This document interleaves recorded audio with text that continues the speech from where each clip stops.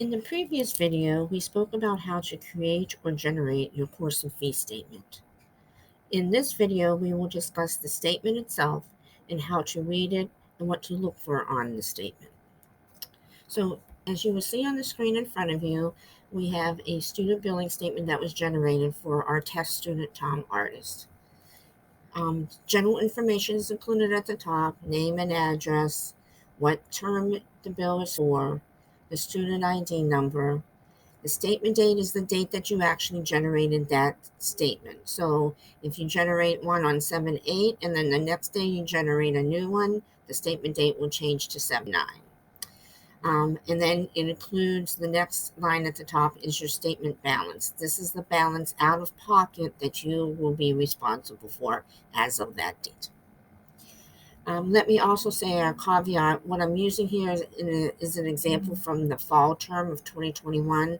So the amounts for tuition and certain fees and insurance are not the current fall 22 amounts. So please don't go by the totals on here. This is just for um, um, purposes of showing you today.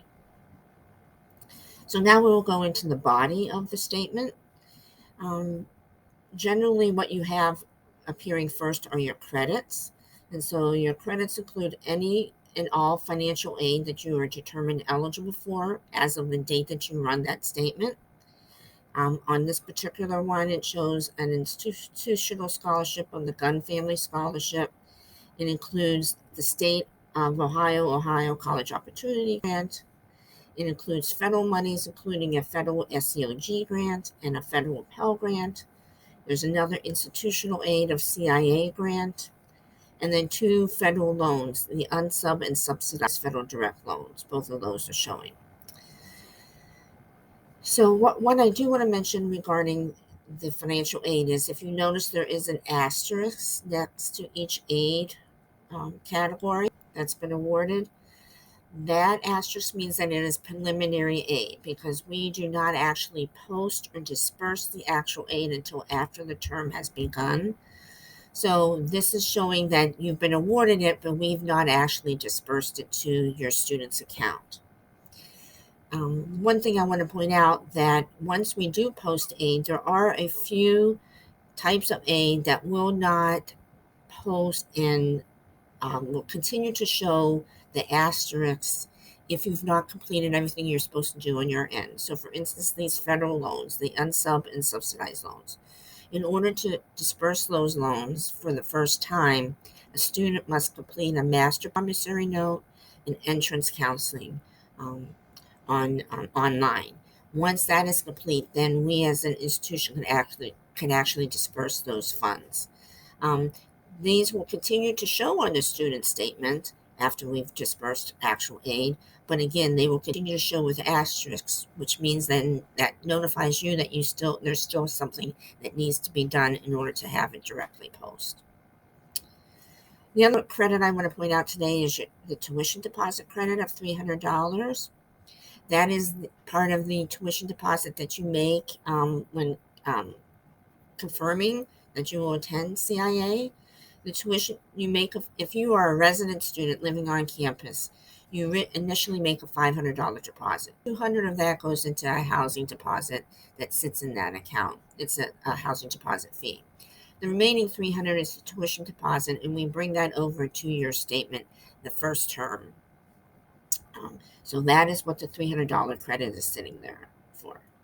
And then obviously after that are all the different charges and fees that are applicable based on your students' criteria. So a full-time tuition, a student activity fee, an orientation fee. Again, the orientation fee is assessed just the very first term that the student is attending CIA. The health services fee is mandatory. This fee covers what is considered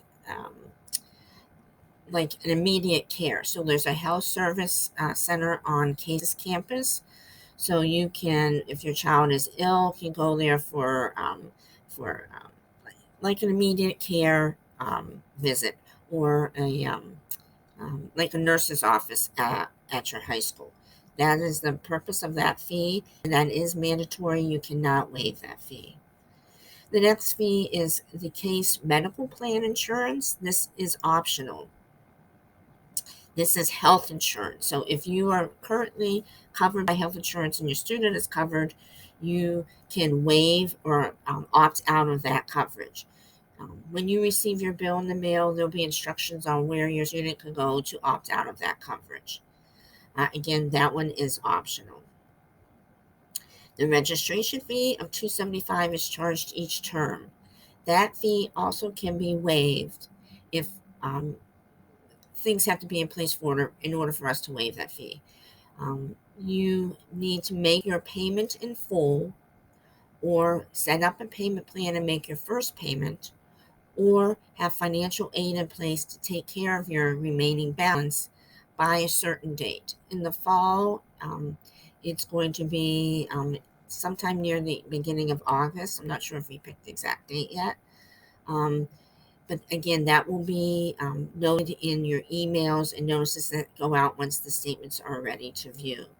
So that registration fee, if you have one of those three options in place, we will remove that registration fee from your account. Technology fee is self-explanatory, covers all the labs, computers, things like that on campus. And then if your student is a resident student, you will see the room charge and what meal plan selected charge is there.